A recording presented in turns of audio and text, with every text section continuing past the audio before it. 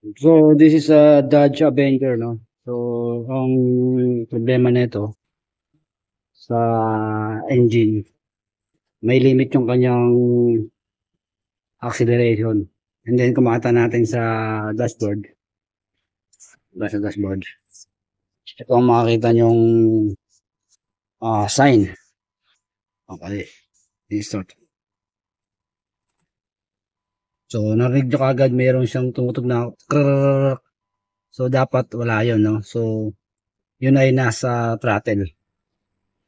At saka makikita nyo may nagbiblink na ganito. Parang may kidlat sa gitna. Ayan. So, sign ng throttle yan. At malalaman nyo kung ano yung sintomas niyang pagkasira yan.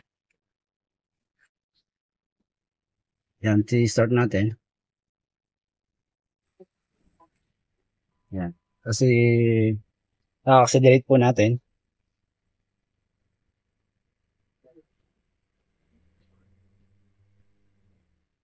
Hanggang 30 lang siya, no? Ginawa, i-accelerate ko todo, Hanggang 3 lang siya. So, hindi siya tumataas. Hanggang dyan lang talaga. So, yung throttle niya na may problema. Ayan, narinig nyo kagad. Sa on pa lang, marinig nyo na yung electronic ng throttle na tumaandar yung motor for initial pero maingay. So, confirm din yun. Pakita ko rin yung code niyan sa sa scan. So, ito yung kanyang fault code, no? Yung fault code niya.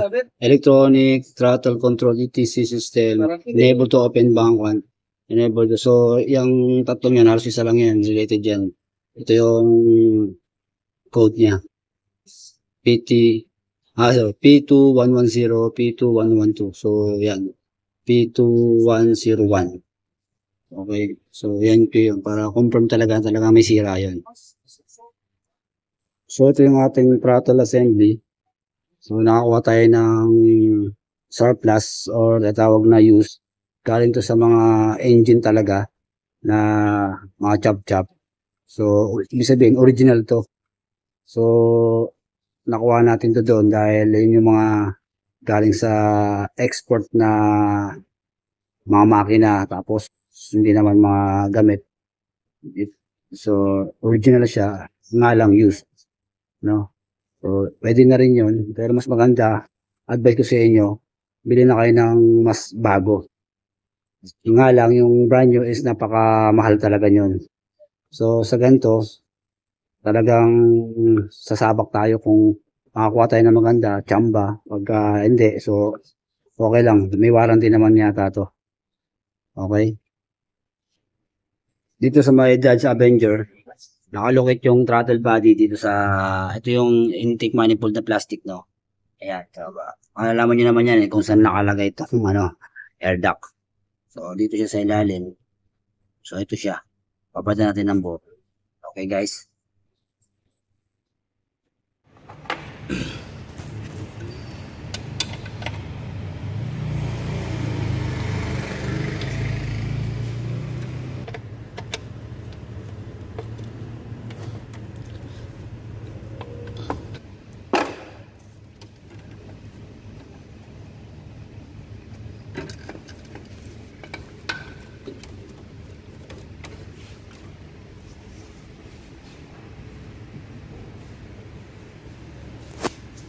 It's the old one, no?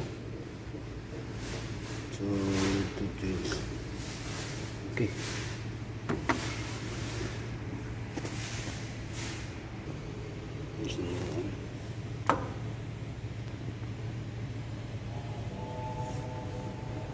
Okay, so we need to fix this one.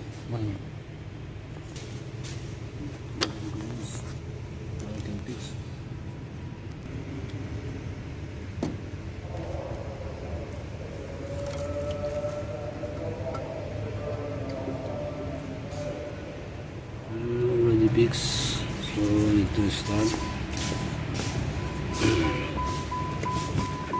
Okay, so i-start na natin guys na, pero ang gagawin ko muna, on off lang natin, on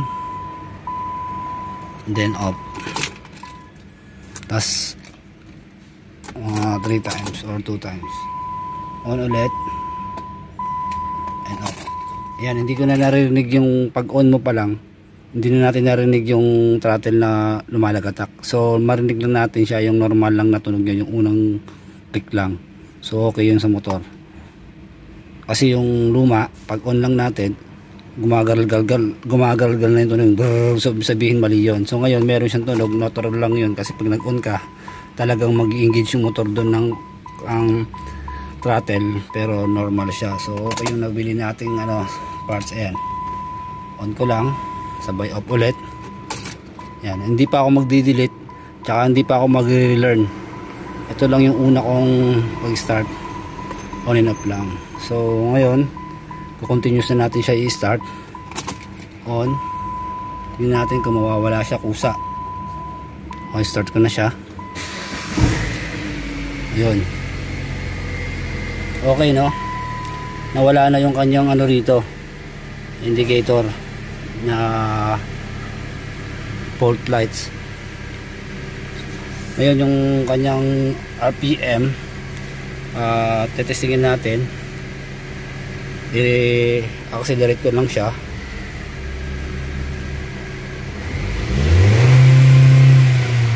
So okay na. So okay na siya. Lumalagpas na siya ng 3, maabot na siya ng 4. So yun ang kanyang normal. Tsaka wala siyang lumalabas na MIA light ng double indicator light.